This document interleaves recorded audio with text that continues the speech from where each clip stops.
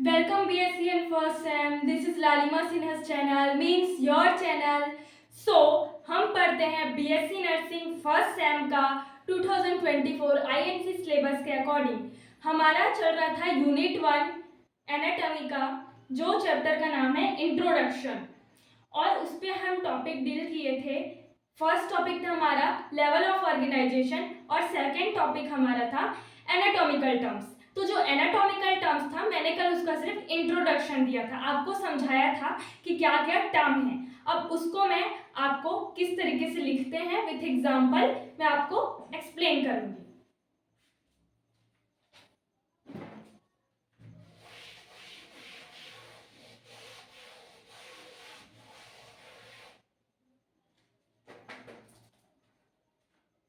सो हमारा सेकेंड जो टॉपिक चल रहा था वो चल रहा था एनाटॉमिकल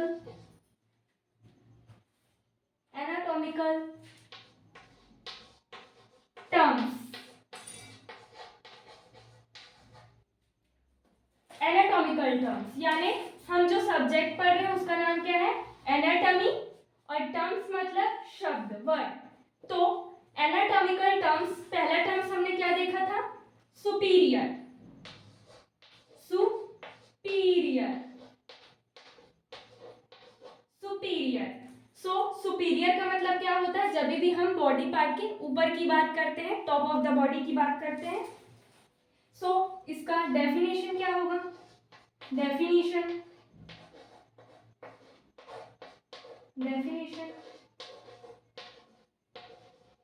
आपको कॉपी में लिखना है एट्रैक्टिव बनाने के लिए, इफेक्टिव नोट्स बनाने के लिए। तो आपको एनाटॉमिकल टर्म, ये जो हेडिंग है इसको ब्लैक पेन में डालना है, ये जो सुपीरियर है इसको भी ब्लैक पेन में डालना है, डेफिनेशन को भी ब्लैक पेन में लिखना है, और उसके बाद अब आगे जो लिखाऊंगी डेफिनेशन उसको आप ब्लू पेन में लिखेंगे। ठीक है, तब आपको ब्लू पेन में लिखना है। इसका डेफिनेशन क्या था, towards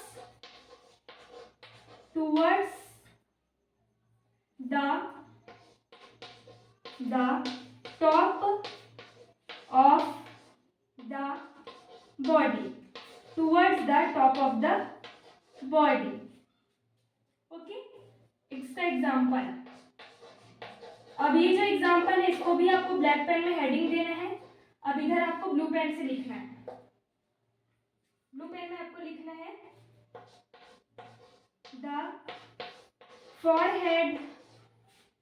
the forehead is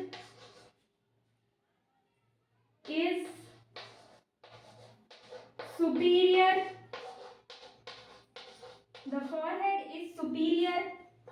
to the nose. Superior term का मतलब होता है टॉप ऑफ द बॉडी। जब भी हम बताएंगे कि कोई भी चीज स्थित है टॉप में, तो हम कौन से वर्ड का यूज करेंगे, हम यूज करेंगे सुपीरियर वर्ड का यूज। ठीक है, तो जैसे कि हमको बताना है कि जो फॉरहेड है यानी जो माथा है वो नोज के टॉप में प्रेजेंट है, सुपीरियर में प्रेजेंट है, तो हम कैसे बोलेंगे, the forehead is superior to the nose, मतलब कि जो फॉरहेड है वो नोज के सुपीरियर टॉप में प्रेजेंट है। इस तरीके से हम एनाटॉमिकल वर्ड्स का हमारे क्लिनिक में यूज करते हैं, हॉस्पिटल में यूज करते हैं हम मेडिकल स्टूडेंट्स। फिर नेक्स्ट वर्ड, इसी का अपोजिट मैंने क्या बताया था, अगर ये सुपीरियर है, टॉप ऑफ द बॉडी है, तो इसका अपोजिट वर्ड क्या हो जाएगा, इंफीरियर। सेकेंड वर्ड मैंने एनाटॉमिकल टर्म्स में बताया था इंफीरियर, जिसका मतलब होता है definition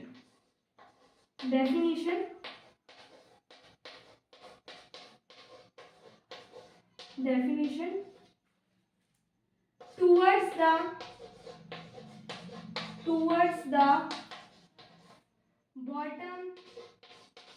bottom of the body, मतलब कोई भी चीज नीचे की ओर स्थित है, नीचे में स्थित है, तो हम इंफीरियर वर्ड का यूज करेंगे।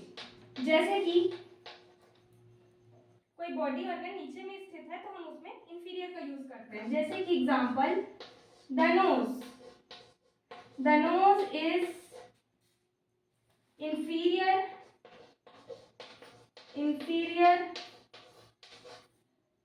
to the forehead.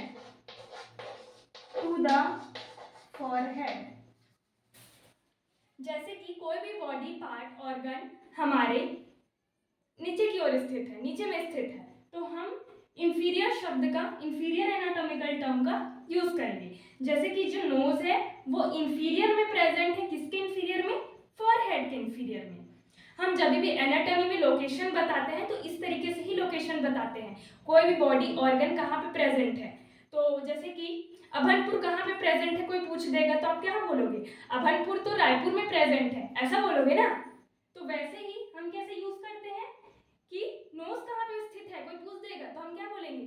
फॉरहेड के नीचे स्थित है। इस तरीके से हम एनाटॉमी में पोजीशन बताते हैं बॉडी ऑर्गन का। कैसे बताते हैं? एनाटॉमिकल टर्म यूज करके। ओके। सुपीरियर मतलब top of the body, inferior मतलब bottom of the body. Third हमने क्या देखा था? एंटीरियर।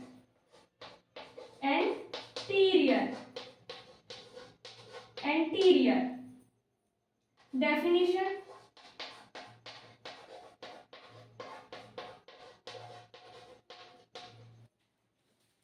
एंटीरियर का मतलब क्या होता है? Towards the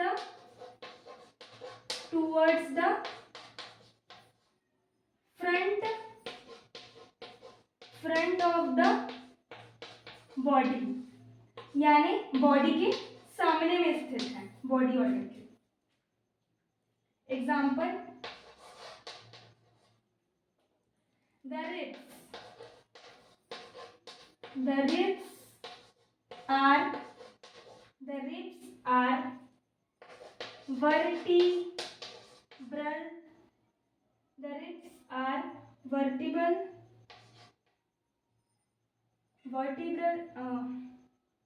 Ventral. Sorry, ventral आएगा यहाँ पे. The ribs are ventral. Anterior को हम और किस नाम से जानते हैं? वेंट्रल के नाम से भी जानते हैं। वेंट्रल बोल सकते हो, यहाँ फिर यहाँ पे और क्या लिख सकते हैं? एंटीरियर लिख सकते हो। The ribs are ventral to the vertebral column।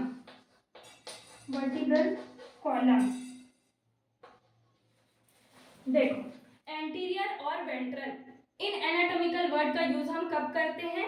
जब हम बताते हैं कि कोई भी ऑर्गन सामने की ओर स्थित है, front of the body, front में स्थित है। ये सामने है हमारा, तो अगर ये सामने में कोई भी बॉडी ऑर्गन स्थित है, ये फ्रंट में, तो हम एंटीरियर वर्ड का यूज करेंगे। जैसे कि the ribs are ventral to the vertebral column. Ribs हमको पता है इस वाले पोर्शन में यहाँ तक स्थित होता है सामने की ओर, और वर्टिब्रल कॉलम पीछे की ओर स्थित होता है। जब भी हमको बताना होगा रिब्स कहाँ पे स्थित है, तो हम कैसे बोल सकते हैं? हम बोल सकते हैं कि वर्टिब्रल के सामने में रिब्स प्रेजेंट है। ठीक है।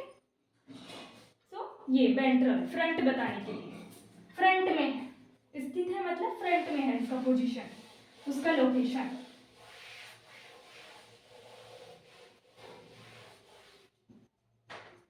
अगर आपको नहीं पता रिब्स क्या होता है, वर्टिब्रल कॉलम क्या होता है, तो आप एक बार गूगल कर लीजिए, आपको इससे और अच्छे से समझ आएगा जब आप गूगल में इमेजेस देखेंगे तो।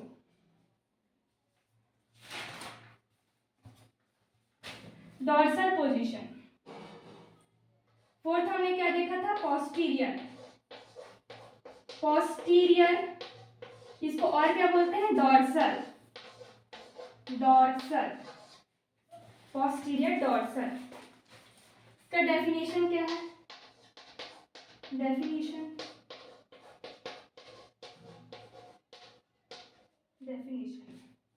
Towards the back side of the body मतलब कोई भी चीज बॉडी के बैक साइड में स्थित है, बैक साइड में लोकेटेड है, बैक साइड में प्रेजेंट है। तो हम कौन से वर्ड का यूज करेंगे? पोस्टीरियर या dorsal. Example, the vertebral column is dorsal लिख सकते हैं या पोस्टीरियर लिख सकते हैं, टू द रिब्स। तो जो वर्टिब्रल कॉलम है वो पीछे की ओर स्थित होता है। तो वर्टिब्रल कॉलम का पोजीशन हम बता रहे हैं, तो कैसे स्थित है? Vertebral column is dorsal to the ribs. तो जो वर्टिब्रल कॉलम है वो पीछे की ओर स्थित है। किसके पीछे रख है? रिब्स के सामने की ओर रिब्स है, तो पीछे की ओर वर्टिब्रल कॉलम है। ठीक है।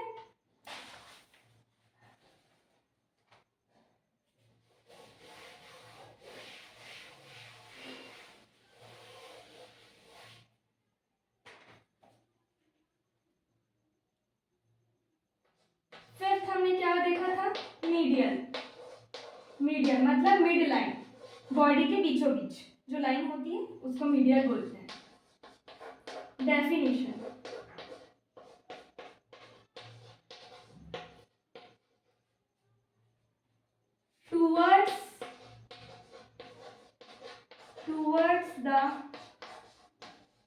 towards the midline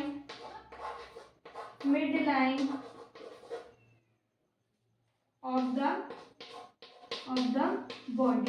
बॉडी का जो मिड लाइन होता है। मैं नेक्स्ट वीडियो में इसको बहुत अच्छे से एक्सप्लेन किया है। अगर आपको अच्छे से समझना है तो मेरी पिछले वीडियोस को देखिए, उस पर मैंने एकदम बिल्कुल डायग्राम बना के एक्सप्लेन किया है। अभी मैं सिर्फ लिखने का तरीका बता रही हूँ और नोट्स बना रही हूँ आप लोगों के लिए। Example, the heart is medial to the arm। Heart यानी दिल, हमारा हार्ट कहाँ पे प्रेजेंट होता है? इस वाले मिड लाइन वाले पोर्शन पे। और हमारा हाथ कहाँ पे प्रेजेंट होता है? लेटरल यानी साइड में प्रेजेंट होता है। ठीक है। तो हमको जब भी बताना होगा कोई भी चीज मिड लाइन में है तो हम कैसे बोलेंगे? मीडियल वर्ड का यूज करेंगे। The heart is medial to the arm. Heart यहाँ पे प्रेजेंट है बीच में, मिड लाइन में और आर्म के। ठीक है।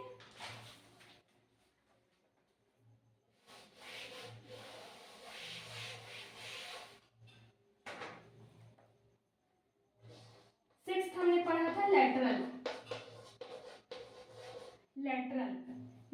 डेफिनेशन लिख लेते हैं।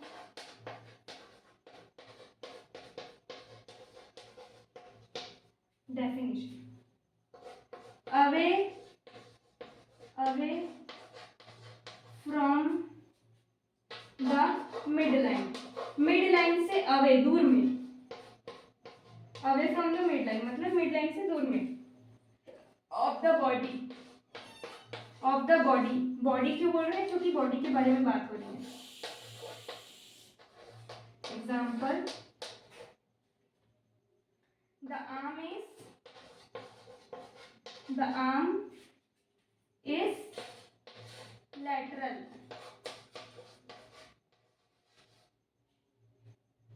द आर्म इज lateral मतलब साइड में, टू द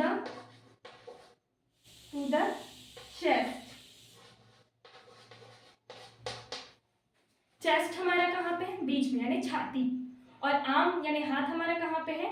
लेटरल, साइड में। तो जब भी हमको बताना होगा कोई भी चीज मिड लाइन से साइड में है, लेटरल में है, तो हम एनाटॉमिकल टर्म लेटरल का यूज करेंगे। The arm is lateral to the chest. ठीक है। इस तरीके से हम लोकेशन बताते हैं कि कोई भी बॉडी ऑर्गन कहाँ पे प्रेजेंट है, एनाटॉमिकल टर्म्स के थ्रू। एनाटॉमिकल टर्म्स के द्वारा हम कोई भी बॉडी ऑर्गन का पोजीशन बताते हैं। ओके। फिर नेक्स्ट हमने देखा था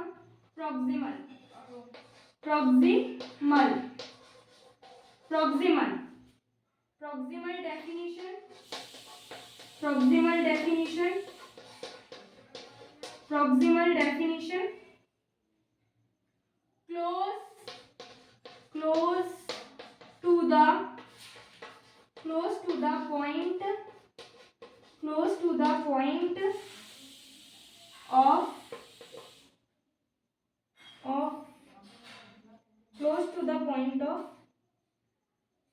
attachment of limb, close to the point of the origin.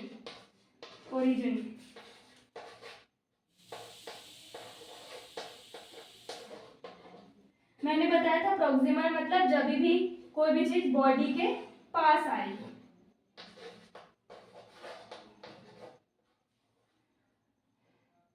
Example, the elbow is proximal, the elbow is proximal to the wrist। जैसे कि अब हमें एल्बो का पोजीशन बताने, यानी कोहनी, ये कोहनी एल्बो का पोजीशन बताना है कि ये कहाँ पे प्रेजेंट है। तो हम कैसे बताएंगे, जो एल्बो है वो रिस्ट, यानी ये, इसको हम रिस्ट बोलते हैं, ठीक है, इसको हम रिस्ट बोलते हैं, इसको हम एल्बो बोलते हैं, कोहनी। तो रिस्ट मतलब कलाई, ठीक है। तो एल्बो कहाँ पे प्रेजेंट है, एल्बो इज प्रॉक्सिमल, प्रॉक्सिमल मतलब कोई भी हमारे बॉडी सरफेस के पास आ रही हो, तो एल्बो हमारे बॉडी के पास आ रही है, ठीक है। Close to the origin of the body मतलब बॉडी के ओरिजिन के पास आ रही हो, तो एल्बो, ठीक है, प्रॉक्सिमल एरिया पे है। The elbow is proximal to the wrist, okay. कभी भी ओरिजिन का मतलब क्या होता है, close to the point of origin, point of origin, ये हमारा पॉइंट ऑफ ओरिजिन है, ये हमारा पॉइंट ऑफ ओरिजिन है। पॉइंट ऑफ ओरिजिन मतलब कहाँ से ओरिजिन हुआ है, कहाँ से बना है, ठीक है। तो ये एल्बो भी close to the point of origin है, ओके।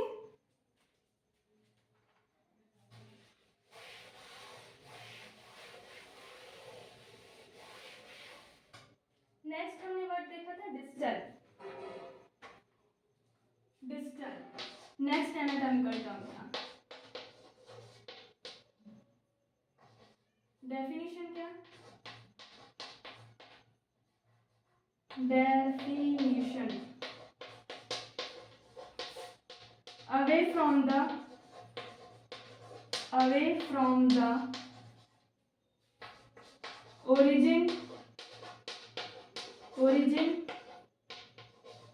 of the body। जब भी कोई भी चीज, ये ओरिजिन है तो इस ओरिजिन से दूर जा रही होगी, तो हम कौन सा वर्ड का यूज करेंगे, डिस्टल। एग्जाम्पल,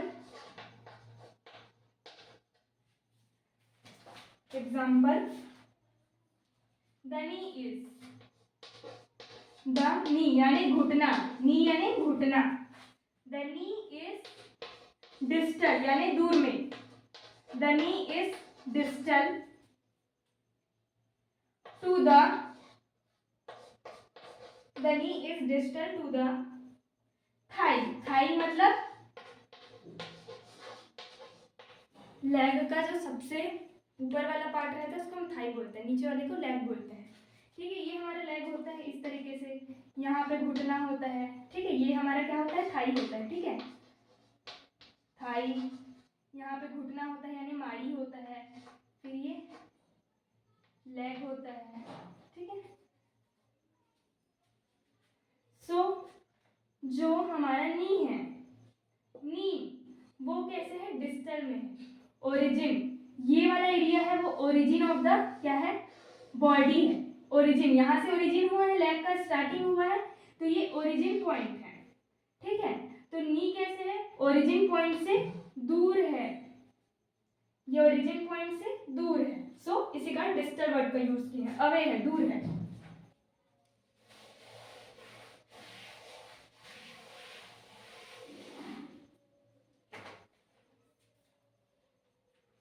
नेक्स्ट हमने वर्ड देखा था anatomical, super, superficial, superficial,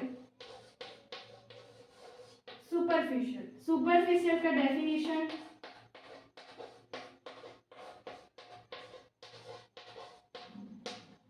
superficial definition, towards the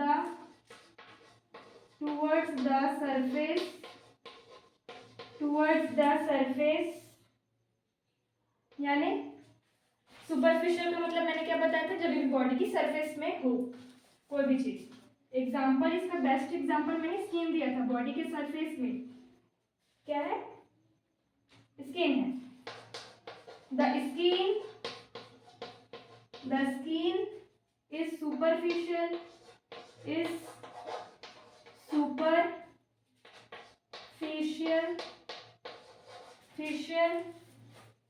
two the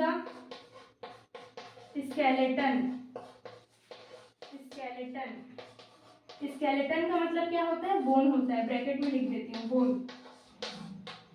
ठीक है।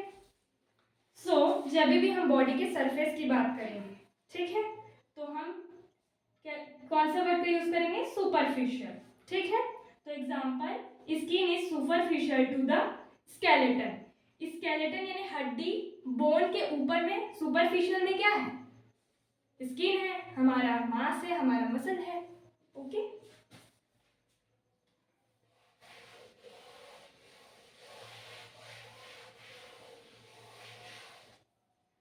Superficial. Then next anatomical term हमने पढ़ा था डीप। डीप का मतलब होता है अंदर। डेफिनेशन,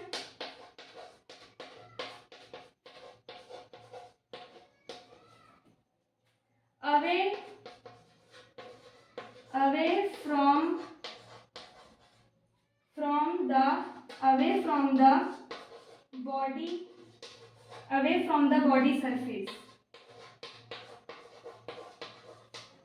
बॉडी सरफेस के से दूर। ठीक है। अवे मतलब दूर। एग्जाम्पल, डीप मतलब अंदर होता है। The skeleton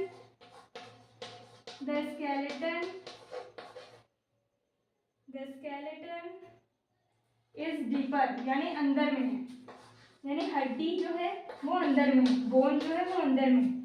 deeper to the skin, skin के डीपर में है, अंदर में। तो जब भी हमको बताना होगा कि कोई भी बॉडी, कोई ऑर्गन के बारे में कि वो उसके अंदर में है, तो हम क्या, कौन सा वर्ड का यूज करेंगे, डीप। द स्केलेटन यानी हड्डी जो कि किसके अंदर में है, डीपर में है, स्किन के अंदर में है। ओके। सो ये खत्म हुआ हमारा एनाटॉमिकल टर्म्स, जिसमें हमने कवर किया जितने भी एनाटॉमिकल टर्म्स थे। कुछ एक्स्ट्रा एनाटॉमिकल टर्म्स हैं जो कि मुझे आपको बताने हैं, वो मैं नेक्स्ट वीडियो में बताऊंगी। जिसको हम पढ़ाई तो करते नहीं है ऐसे, लेकिन बीच बीच में उसका पढ़ते पढ़ते किसी किसी चैप्टर में एग्जाम्पल देते हुए, जैसे FON पढ़ेंगे तो उसमें वो वर्ड्स का यूज होगा। इस कारण मैं आपको एक्स्ट्रा वो नॉलेज दे दूंगी, क्योंकि ऐसे तो एक्स्ट्रा वो कहीं भी ऐसे सिलेबस में लिखा नहीं है। तो मैं अपनी तरफ से आपको उसको नेक्स्ट वीडियो में बताऊंगी। और मेरा वीडियो अच्छा लग रहा हो तो थैंक यू, और ऐसे ही सपोर्ट करते रहिए।